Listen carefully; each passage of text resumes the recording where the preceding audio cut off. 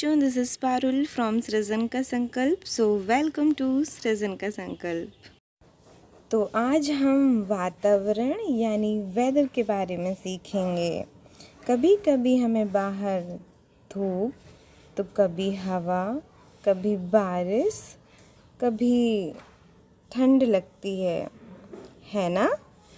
भला आपने सोचा है ये सब कैसे होता है?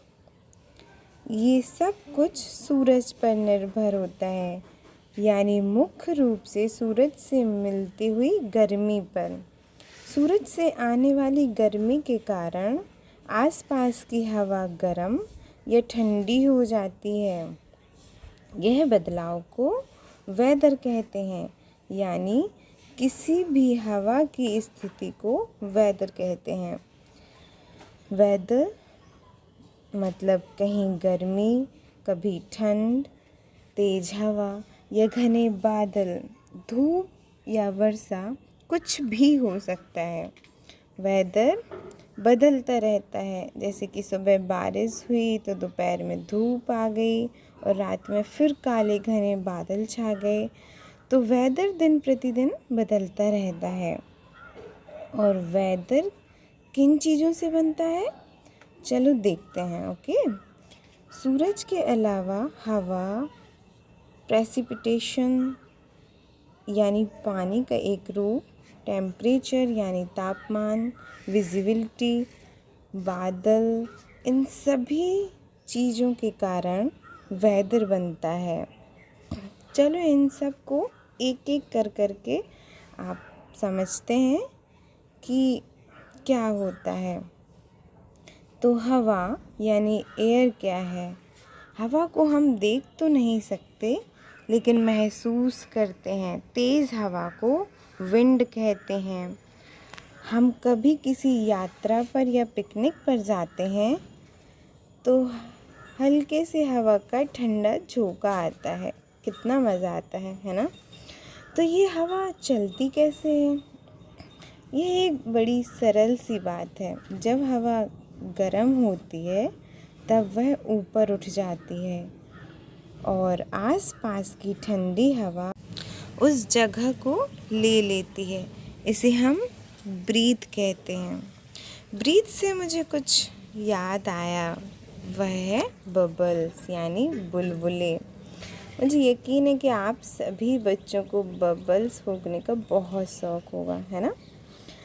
आपने कभी साबुन के पानी के बबल्स फूके होंगे और उन्हें हवा में उड़ते देखा होगा और बड़ा मज़ा आया होगा।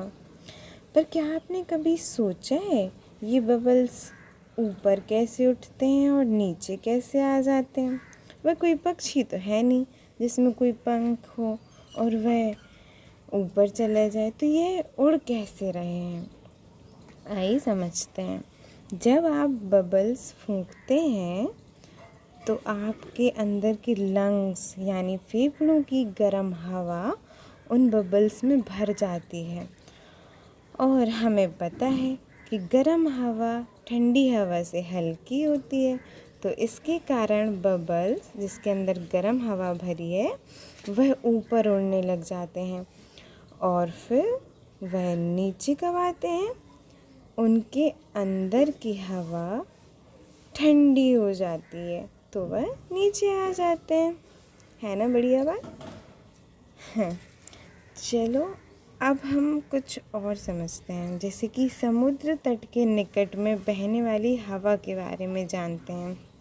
तो समुद्र के पास की जगह में दिन में क्या होता है? दिन में सूरज धरती और समुद्र दोनों को गर्म करता है, लेकिन पानी की तुलना में ज़मीन जल्दी गर्म हो जाती है। इसलिए ज़मीन की हवा गर्म होकर ऊपर उठ जाती है और उस जगह को भरने के लिए समुद्र से ठंडी हवा बहकर ज़मीन की तरफ आ जाती है। इसे सी ब्रीज़ कहते हैं। और सी ब्रीज़ क्यों? क्योंकि समुद्र से ज़मीन की तरफ हवा आती है। और रात में क्या होता है? रात में ज़मीन जल्दी ठंडी हो जाती है, इसलिए समुद्र की हवा गर्म होकर ऊपर उठ जाती है और उस खाली जगह में ज़मीन से ठंडी हवा बहकर समुद्र की तरफ आ जाती है। इसे लैंड ब्रीज कहते हैं, यानी हवा ज़मीन से समुद्र की तरफ बहती है। तो आपने देखा सूरज की गर्मी के कारण हवा एक जगह से दूसरी जगह बहती है और इसी कारण सी और लैंड ब्रिज होते हैं।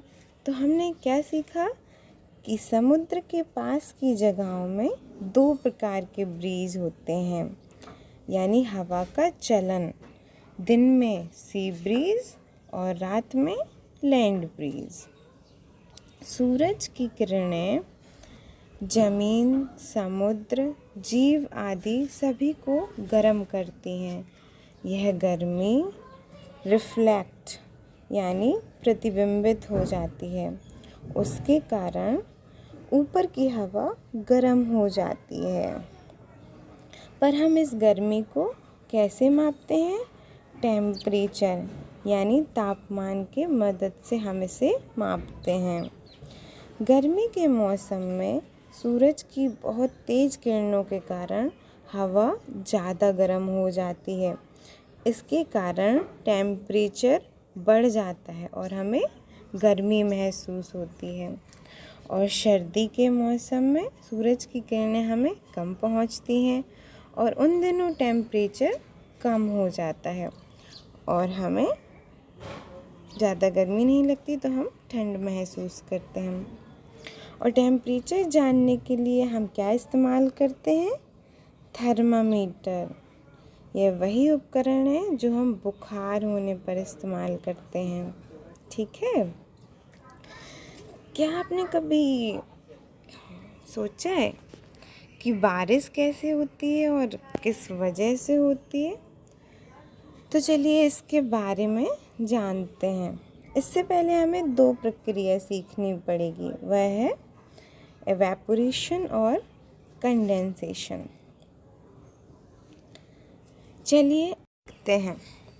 क्या आपने कभी अपनी माँ को रसोई में पानी उबालते हुए देखा है? कैसे पानी भाप यानी वाटर वेपर में बदल जाता है। इस पानी को भाप में बदलने की प्रक्रिया को एवेपोरेशन कहते हैं।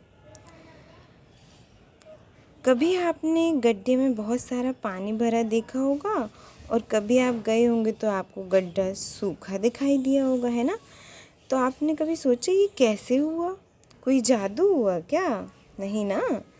सूरज की गर्मी के कारण समुद्र, नदी, झील आदि पानी के स्रोतों में पानी भाप यानी वाटर वेपर बनकर ऊपर उठ जाता है और यही वजह गड्ढे में से भी पानी के सूख जाने की होती है।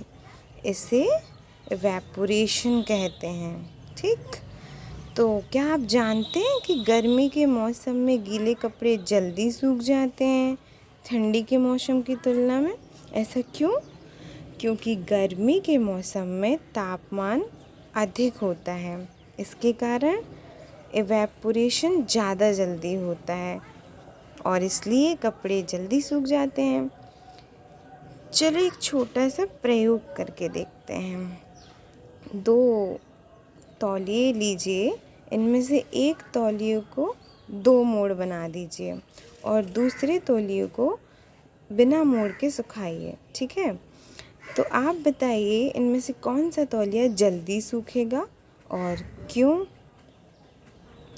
तो मोड़ वाला तौलिया सूखने में ज़्यादा समय लेगा, क्योंकि बिना मोड़ के तौलिए में ज़्यादा एरिया यानी कि ज़्यादा हिस्सा सूरज की किरणों को मिल रहा है।